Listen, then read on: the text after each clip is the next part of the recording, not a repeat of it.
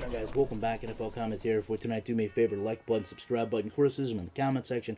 As always, run over to Twitter. My username is Shutdown Safety.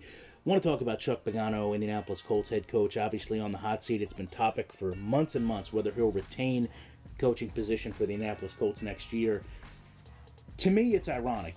Obviously, you look back at last week, there's a 51-point loss to the Jacksonville Jaguars, and it's easy to say the Colts gave up. You look at the on-field product, it boils back to the coaching, and you blame Pagano for everything. But I also look at the landscape of the NFL. Jeff Fisher, a 4 straight year of not even getting to 500 on the way. Rex Ryan, I believe, had 4 straight seasons of 500 or less before he got released from the Jets. It's not uncommon. Teams play each other. One team wins, one team loses. Not every team is going to have a winning record. It's okay.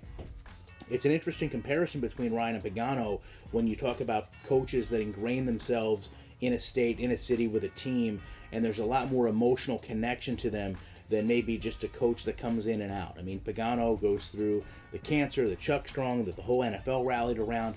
I know that doesn't make him a better coach, and it doesn't make him, untouchable in terms of performance on field, but it ingrains him with a fan base to the point I think it's more forgiving for them when there is a bad year or two, or there is a down year. And that's what this is. The Colts are having a very bad year, a down year, where I don't know if Andrew Luck was healthy at any point, but there's also a very good chance they'll be facing TJ Yates this weekend and have the opportunity, although with clearly the worst record of a playoff team, making it in just based on the fact that they play in a very bad division. They've played in a very bad division. They've been a good team in a poor division for an extremely long time. And now that those other teams in the division have gotten better, you kind of see this meteoric boil of teams trying to fend for one playoff spot. That's truthfully where we are.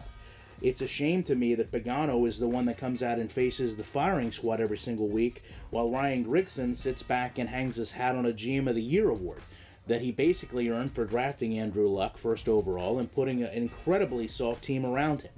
The fact of the matter is, you can look at the film and you can see it. The Colts have no pass rush. I just watched Dwight Freeney walk-off win for the Arizona Cardinals. Don't tell me he didn't have anything left in the tank 3 years ago when we let him walk. We have one good corner on the Indianapolis Colts roster. That is Vontae Davis. Greg Toller is a nightmare. Unless you're an opposing receiver, he is a nightmare. Every time there is a touchdown seemingly given up by the Colts secondary, you will see Greg Toller out of focus and falling down in the background. I don't know if that's how he chooses to not take the blame by not being close, but at times he looks totally lost. Bjorn Werner has been a healthy scratch for many games this year. It's a first-round pick. That is a failure in my book. When first-round picks don't pan out one time, you can get away with it. Multiple times, you can't. Trent Richardson was technically a first-round pick because that's what we gave up for him. We all know the debacle that had. You talk about Philip Dorsett. Here's a wide receiver that barely saw the field this year. Perhaps the only bright spots really for Grigson in terms of acquiring players was going to be Mike Adams. And in the draft, I can really only think of Henry Anderson, who had a great season, but obviously went down with injuries. Now we're to a point where we're in the same situation we were several years ago when Peyton Manning went down. You talk about learning from your mistakes. Peyton Manning goes down. The Colts are woefully unprepared for this. Bill Polian doesn't have viable backup options. And we run a carousel of below-par quarterbacks through a system that generates only losses to basically suck for luck, if you will, to get back to the top of, the NFL totem pole. Now, you have that quarterback injured, and you look at the same exact situation. There's no viable backup quarterback. Yes, Matt Hasselbeck was a great story, but let's be honest, the reason he was a great story is at 40 years old, no one expected him to go out and win football games because he's not supposed to be doing it. Now he's getting beat up. Charlie Whitehurst is going to come in. These are mistakes that cannot compound a franchise.